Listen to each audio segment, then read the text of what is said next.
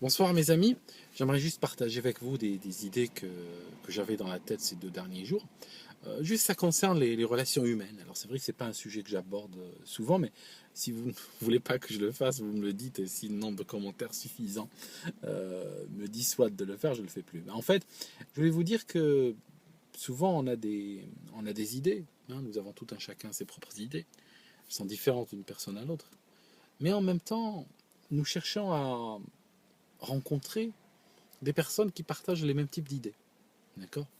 C'est normal. On a ce penchant, cette inclinaison naturelle à tisser notre réseau social avec des personnes qui partagent les mêmes idées que nous.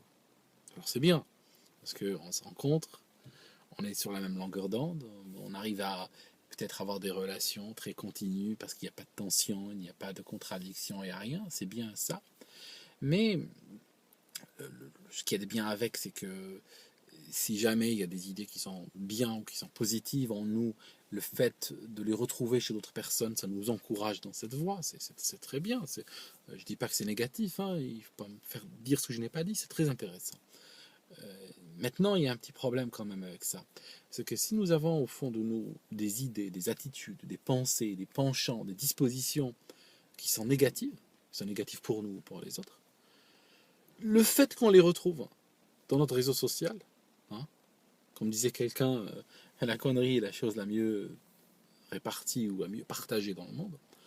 Je veux dire, si on rencontre que des gens qui partagent ces mêmes dispositions-là, eh ben, on risque de persister dedans. Ça signifie que on va avoir rarement l'occasion de trouver quelqu'un qui, sur ce plan-là, va nous apporter une lecture différente, un point de vue différent, une vision différente, qui fera peut-être que on va douter, parce que si on est quelqu'un de bonne foi, on est toujours tout près du doute. Hein. Un humain doit toujours douter, ça doit faire partie de notre nature. Je pense que si on est sûr de ce qu'on est, on doit être capable de se réveiller le matin, de tout casser au marteau à l'intérieur de sa tête, et puis d'être sûr qu'en quelques heures, on va retrouver absolument notre même structure psychologique, parce qu'elle est fondée sur des réalités, sur des choses auxquelles on croit, elle n'est pas fondée sur du vent, donc on n'a pas peur on n'a pas peur de confronter ce qu'il y a au fond de nous à, à la réalité, ou à la critique, ou à une autre vision. Dans ma vie, les gens qui m'ont critiqué, ou les gens qui étaient contre moi, m'ont beaucoup apporté. Je le dis des fois dans mes vidéos, les gens croient que c'est parce que j'ai envie d'être gentil avec les gens, mais en fait c'est pas vrai. C'est pas question que j'ai envie d'être gentil, c'est que c'est comme ça. C'est une réalité. C'est une réalité. Les gens qui il y a des gens qui me critiquent, des gens qui m'attaquent, beaucoup. Vous savez, ça m'est arrivé de bloquer certains. C'est dommage quand j'en arrive à bloquer quelqu'un, parce que ça signifie qu'il n'y a plus de relation possible. Et c'est quand même triste, parce que entre deux humains, il y a toujours normalement un terrain d'entente. Et si j'en arrive à le bloquer, c'est que lui a échoué à trouver un terrain d'entente avec moi, mais en même temps, moi aussi, j'ai échoué à trouver un terrain d'entente avec lui. Donc c'est un échec partagé, si vous voulez. Et je bloque des fois des gens, je bloque des fois des gens, mais je vous assure que je ne les juge pas, parce que n'étant pas une divinité, ne me prenant pas moi-même pas en divinité, je pense que quelqu'un peut complètement être à l'opposé de moi, peut même me détester, n'est-ce pas? Tout, tout en étant quelqu'un de bien, tout en étant quelqu'un de génial. C'est certainement, très probablement, certainement une personne géniale dans sa vie de tous les jours. Hein. C'est peut-être un père ou une mère extraordinaire, c'est peut-être un professionnel très abouti dans son métier. C'est peut-être quelqu'un qui a vu des choses que je n'ai pas vues, ou qui sait des choses que je ne sais pas, vous comprenez? Donc je ne juge pas les personnes, j'essaie de juger la relation que j'ai avec la personne. La relation que j'ai avec cette personne-là, euh, me nuit, par exemple. Cette relation-là ne m'enrichit pas, cette relation-là n'est pas constructive, cette relation me heurte, cette relation va à l'encontre de mes valeurs éthiques, ou va à l'encontre d'un certain nombre de choses, et je n'arrive pas à m'y retrouver. Voilà l'échec. Donc, je juge que cette relation n'est pas intéressante pour moi, elle ne m'apporte rien, et donc l'intérêt c'est de la couper. Et en fait, c'est pas seulement dans la vie, on va dire en ligne, mais c'est dans la vie réelle aussi. Des fois, il y a des gens, tu vois, tu rencontres, puis finalement, ça se construit pas. Ou finalement, il y a des choses qui se passent mal, et puis j'essaye de de ne pas juger la personne, mais juger la relation que j'ai avec la personne. Parce que, quand je vous disais au début, les gens qui ont une vision différente de la nôtre nous enrichissent énormément. Ça m'est arrivé. Vous savez, je vais vous dire un truc, hein, je suis complètement soumis à la vérité. Je suis soumis entièrement. Je n'ai pas la moindre rébellion vers la vérité. Ça signifie, je trouve que ça ne grandit pas l'homme d'être toujours dans cette optique de rébellion. Je suis contre, c'est comme si il sent des fois que la vérité, quand elle va à l'encontre un peu de ce qu'il pensait ou de ce qu'il a pensé toute sa vie, va un petit peu heurter son individualité. Comme il allait se plier à la vérité. Mais en fait, c'est un non-ordre de se plier à la vérité. Je suis soumis à la vérité entièrement. Donc, chaque fois que la vérité est là, elle n'appartient à personne, elle n'appartient pas à la personne qui l'a dite, elle est universelle. Elle a quelque chose, elle est située dans l'universalité, la vérité.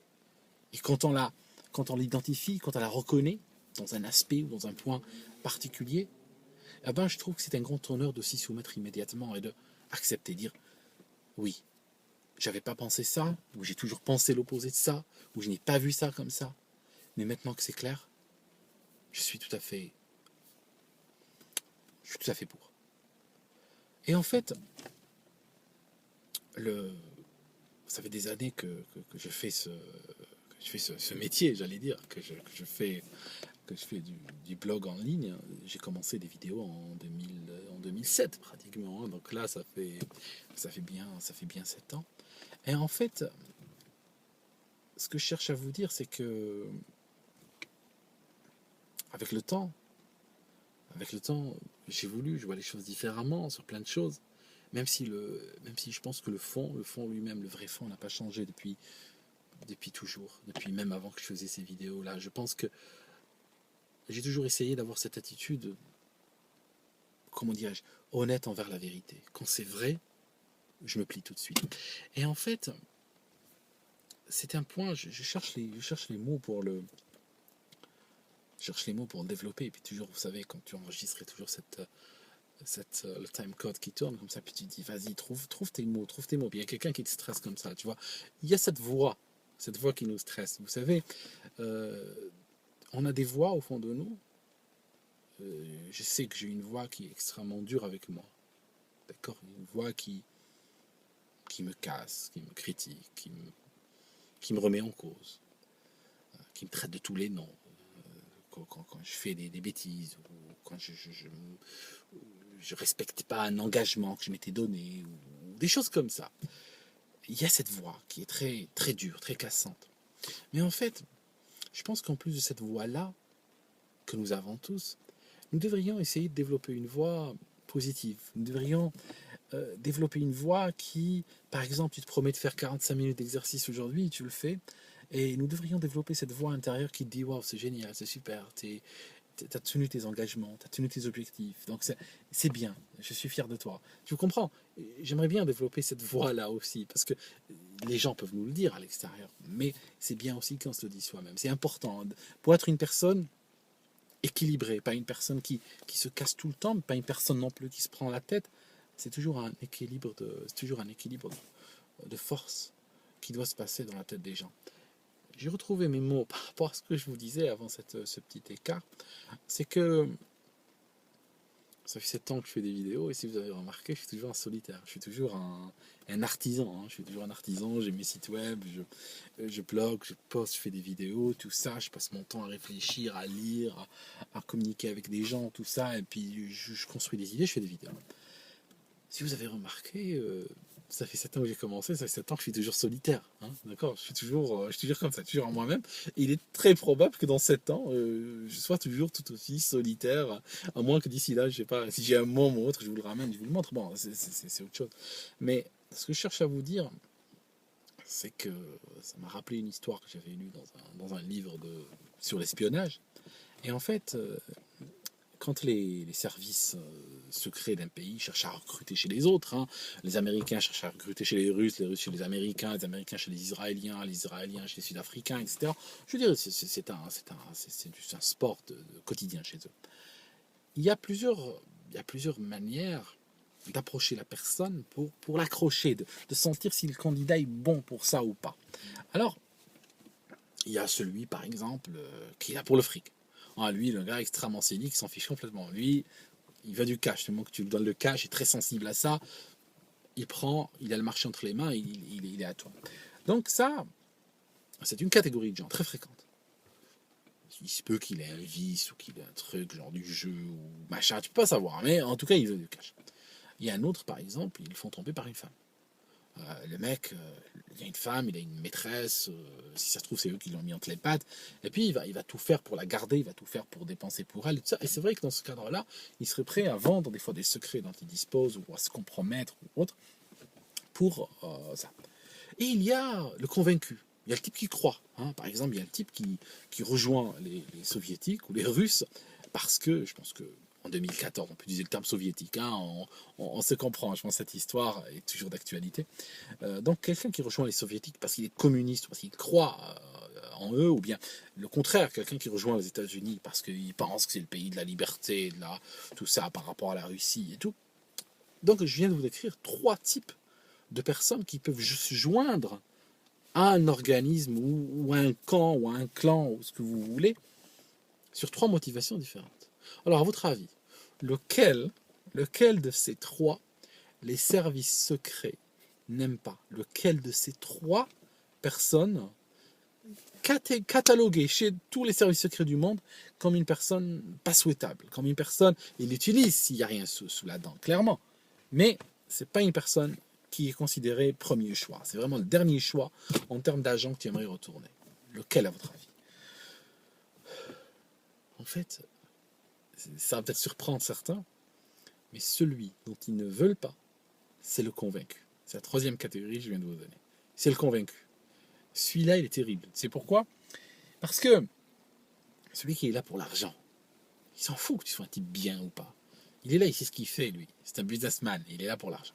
Celui qui est complètement obnubilé par une femme, il est là pour elle, il s'en fout complètement. Du moment qu'il serait prêt à vendre son âme au diable. En fait, les deux catégories ont déjà vendu leur âme au diable, en fait, si tu réalises. Même celui qu'on tient par le chantage a vendu son âme au diable. Celui qui, on l'a pris dans des poses compromettantes, etc., et puis on le fait chanter avec ça. Lui aussi, on le tient, et il est prêt à vendre son âme au diable pour ne pas tomber. Mais le pire, c'est celui qui croit, c'est celui qui est convaincu. Parce que celui-là, quand il va, par exemple, quand il quitte l'Union soviétique ou la Russie, et il va chez les Américains en pensant que les Américains sont le clan de la liberté, le clan de la démocratie, le clan de la justice, et il découvre qu'ils sont tout aussi pourris que ceux qu'il venait de quitter, on va le garder celui-là après. Hein. Celui-là, il peut se retourner contre toi, tac, comme ça.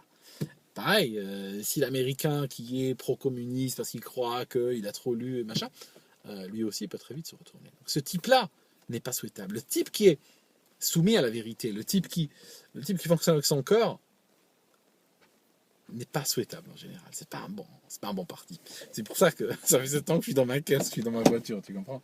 C'est juste ça. Hein. C'est ce que je voulais vous dire. Hein.